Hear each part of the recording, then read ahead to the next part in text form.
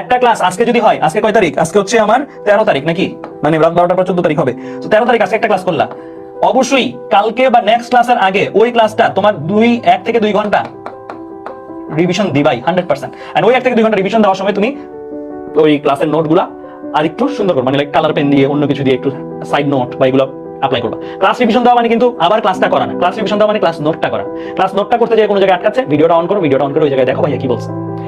আর immediate revision দেওয়াটা সবচেয়ে বেশি কার্যকর। মানে জীবনের প্রথমবার আমার কাছে এই চ্যাপ্টারটা পড়লা 13 তারিখ, এই ক্লাসটা করলা, ঠিক পরের দিন সকালবেলা 14 তারিখ সকালবেলা বা 14 তারিখ সন্ধ্যা রাতের বেলা এই ক্লাসটা তুমি যদি রিভিশন দাও তোমার 1 আওয়ার লাগবে। তুমি যদি 14 তারিখ না দিয়ে 20 তারিখ এই 13 তারিখের ক্লাসে রিভিশন দাও তোমার ডেফিনেটলি 3 আওয়ার্স লাগবে। তুমি যত পরে, তুমি যদি 30 তারিখ দাও 30 তারিখ দেবে 3.5 আওয়ার্স লাগবে। মানে এটা হচ্ছে মানুষের ধর্ম। সো তোমার ফার্স্ট রিভিশনটা যদি তুমি ইমিডিয়েট খুবই সুইফট টাইমের মধ্যে দিতে পারো, তাহলে কি তোমার প্রথমত পড়াটা মাথায় গাঁথে বেশি, কারণ তোমার মাথায় এটা থাকে রেস্টটা ক্লাসের, আর দ্বিতীয়ত তোমার সময়টা বাঁচে। সো একটা পড়া পড়ার পরে ইমিডিয়েটলি আফটার তুমি যদি রিভিশন দাও তোমার ওই পড়াটা অ্যাকচুয়ালি তুমি টাইম বাঁচাই নিলা। আর মানুষের যারা তোমরা পড়তেছো সবারই up to BUET exam, up to engineering exam, up to admission test exam, তোমার এই পড়াগুলা অ্যাটলিস্ট কয়বার রিভিশন দিতে হবে জানো? 11 থেকে 14 বার রিভিশন দিতে হবে। মানে যতগুলা কিছু পড়াইছি একটা ম্যাথ 11 থেকে 14 বার তোমার রিভিশন যাবে। আর রিভিশনের মধ্যে ফার্স্ট রিভিশনটা হয়ে যাবে এখানে একদম ইমিডিয়েটলি আফটার।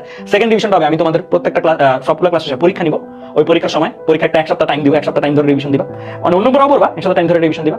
থার্ডটা হবে তোমার কলেজে পরীক্ষা হবে, কলেজের সিটি পরীক্ষা এসব পরীক্ষাই হবে। ফোর্থটা হবে কলেজের ইয়ার ফাইনাল পরীক্ষা হবে, ওখানে টেস্ট পরীক্ষার পরে বারংবার হবে, টেস্ট পরীক্ষার পরে অনেক মডেল টেস্ট দেয়, 4-5 বার ওখানেই হয়ে যাবে, ঠিক আছে। এন্ড অ্যাডমিশন টেস্টের সময় আরো 3 থেকে 4 বার 5 বার হবে, ঠিক আছে। সো এরকম ভাবে তুমি ধরো কি এই তোমার এই রিভিশনটা করতে হবে। প্রথম একটা ম্যাথ বা একটা জিনিস রিভিশন দিতে অনেক টাইম লাগবে, একটা ক্লাস রিভিশন দিতে 1 আওয়ার লাগবে। আস্তে আস্তে রিভিশন দিতে যখন 13তম 14তম বার রিভিশন দিচ্ছ তখন পুরো একটা চ্যাপ্টার 1 ঘন্টায় রিভাইজ দিতে হবে, পুরো 100 পেজ 1 ঘন্টায় রিভাইজ দেওয়া সম্ভব, কারণ তুমি পরের পেজ পাল্টানোর আগে জানো পরের পেজে কি আছে, তুমি আগেই মেমোরিতে রিকল করতে পারো, কারণ ওই পেজগুলোতে এতবার তোমার গো থ্রু করা হবে, এতবার যাওয়া হবে, ঠিক আছে। সো